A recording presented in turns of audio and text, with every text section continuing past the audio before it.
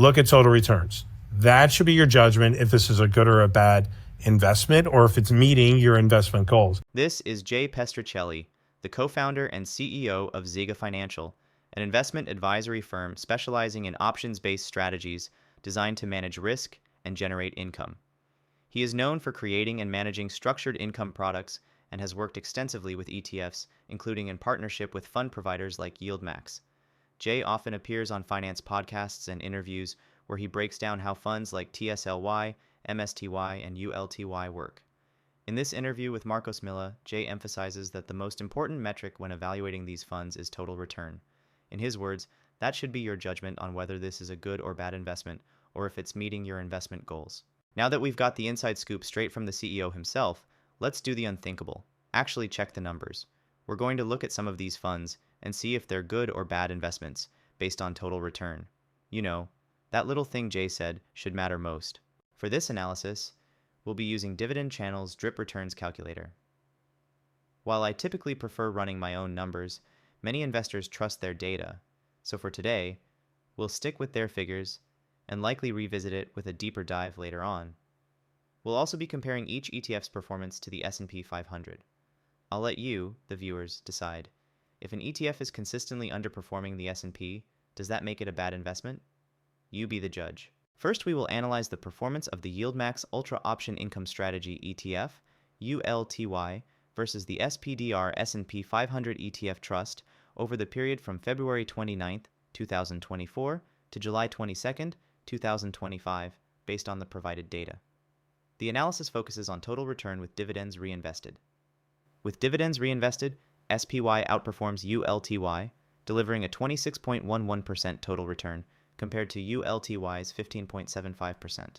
A $10,000 investment in the SPY grew to $12,611.32, while ULTY reached $11,574.84, a $1,036.48 difference.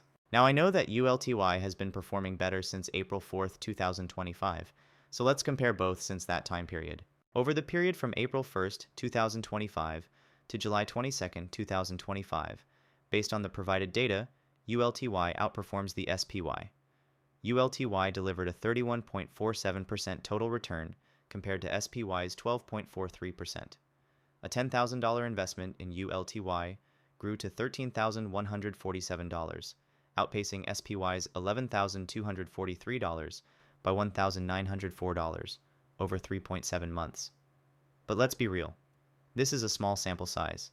Just 3.7 months isn't nearly enough time to confidently say, it's fixed. Even Jay himself isn't crediting the recent performance to the strategy change just yet. So back to the ULTY question. ULTY has leveled. The market has been on a very nice run, a bull run. A lot of the tickers in the ULTY portfolio have appreciated.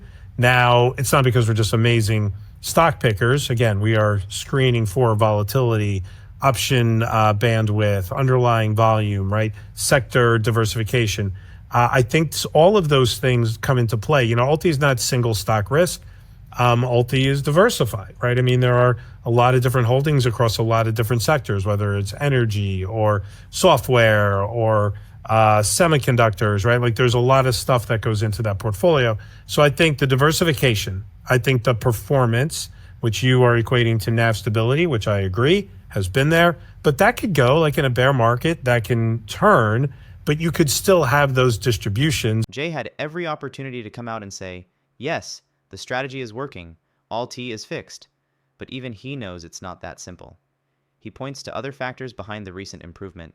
The market's been on a solid bull run, many of the underlying tickers have appreciated, and the fund is spread across a variety of sectors. So, this new ULTY is fixed narrative, I'm not really buying it, but hey, what do I know? Let's try another one. NVDY. Over the period from May 11th, 2023 to July 22nd, 2025, based on the provided data, NVDY outperformed SPY. NVDY delivered an exceptional 242.97% total return compared to SPY's 57.24%.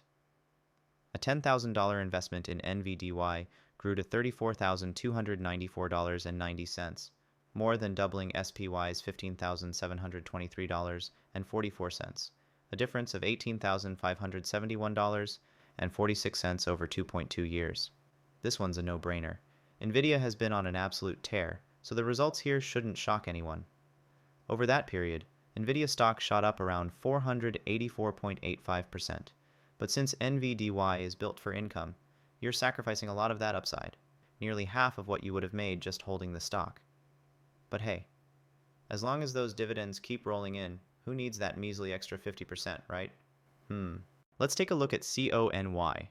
From August 15th, 2023 to July 23rd, 2025, the data shows that CONY outperformed SPY in a big way. CONY delivered a total return of 180.95% compared to SPY's 47.02%. That means a $10,000 investment in CONY would have grown to $28,095.80, nearly doubling SPY's $14,702, a difference of $13,393.80 over just 1.94 years. During that same time period, Coin crushed CONY. With a total return of 402.41%, Coin turned that same $10,000 into a staggering $50,241.97, beating CONY by $22,146.17, all within the same 1.94-year span. And it really makes you wonder, are investors giving up way too much upside just to collect income?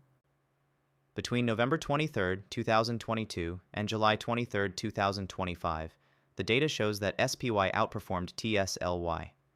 SPY delivered a 63.79% total return, while TSLY came in at 22%. That means a $10,000 investment in SPY would have grown to $16,380.42, while TSLY only reached $12,277.64, a gap of $4,102.78 over 2.66 years. And before you say, but it's Tesla, over that exact same period, Tesla stock actually outperformed SPY. Over the period from January 17th, 2024 to July 23rd, 2025, based on the provided data, YieldMax outperforms SPY. YieldMax delivered a 42.76% total return compared to SPY's 36.82%. A $10,000 investment in YieldMax grew to $14,275.85, outpacing SPY's $13,681.27 by $594.58 over 1.51 years. YieldMax edged out SPY with a 42.76% total return, outperforming it by around 5.94% over that period. Now let's look at MSTY. From February 22nd, 2024 to July 23rd, 2025, the data shows that MSTY significantly outperformed SPY.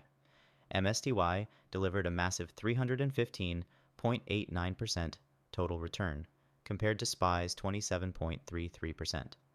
A $10,000 investment in MSTY would have grown to $41,589.32, beating SPY's $12,733.28 by $28,856.04 over just 1.41 years.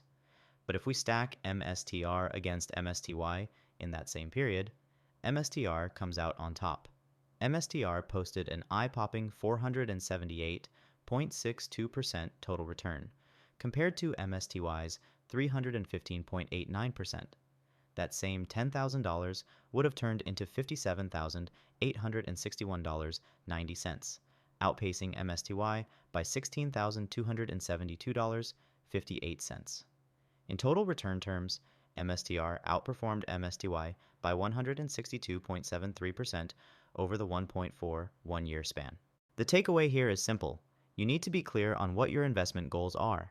If you're putting all your money into some of these high-yield funds, hoping they'll fast-track you to early retirement, it could backfire, and you might end up leaving serious money on the table, all for the sake of monthly or weekly payouts. I'm not saying you shouldn't invest in income ETFs, but chasing yield blindly, without understanding the risks or long-term implications, isn't a strategy, it's a gamble. These funds might make sense as a small slice of your portfolio, maybe 1 to 5%, according to many investors. At the end of the day, though, it's your money.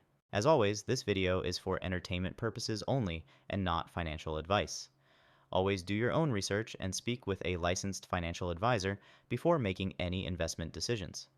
If this gave you any value, go ahead and tap that like button, subscribe to the channel, and let me know your thoughts, especially on YieldMax's long-term game, now that we've seen how some of these funds are holding up. Until next time, invest wisely.